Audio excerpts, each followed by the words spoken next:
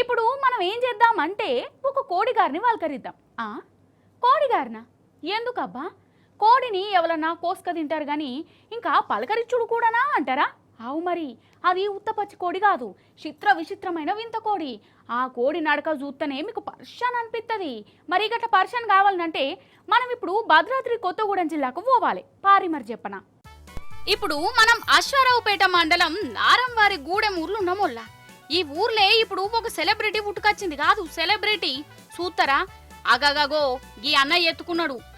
గీ కోడి పుంజే ఇప్పుడు నారంవారి గూడెంలో ఫేమస్ అయింది. ఆగో దీని కాళ్ళను చూడుర్రి, 1 2 3 4 మొత్తం 4 కాళ్ళ కోడి అన్నట్టు. ఇది చిత్రమే ఉన్నది కదా. నాగరాజు అనే గీ అన్న పందెం కోళ్ళను సాస్తాడు.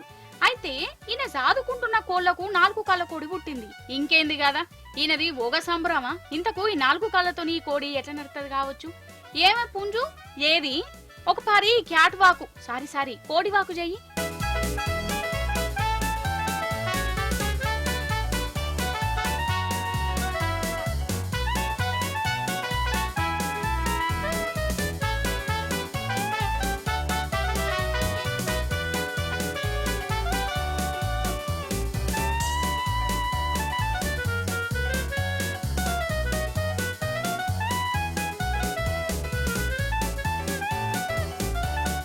అగ్గరో చూసినవా? ఇక దీన్నట వచ్చే సంక్రాంతి నాడు పందెంలో దించుతాడట.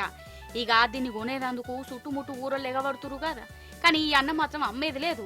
ఈ 4 కాళ్ళ కోడితోని 4 రాళ్ళు ఎన్కేసుకుంటా అనబడుతుండు. ఇక సందుల సందు ఈ 4 కాళ్ళ కోడిని బ్రహ్మంగారి ఖాతాలో కూడా వేసిర్రోల్లా. వెనకట బ్రహ్మంగారి చెప్పినట్టే ఈ కోడి 4 కాళ్ళతోని పుట్టింది. అంత దేవుని మహిమ, బ్రహ్మంగారి మహత్యం అనబడుతుర్రు. అదన్నట్టు ముచ్చట.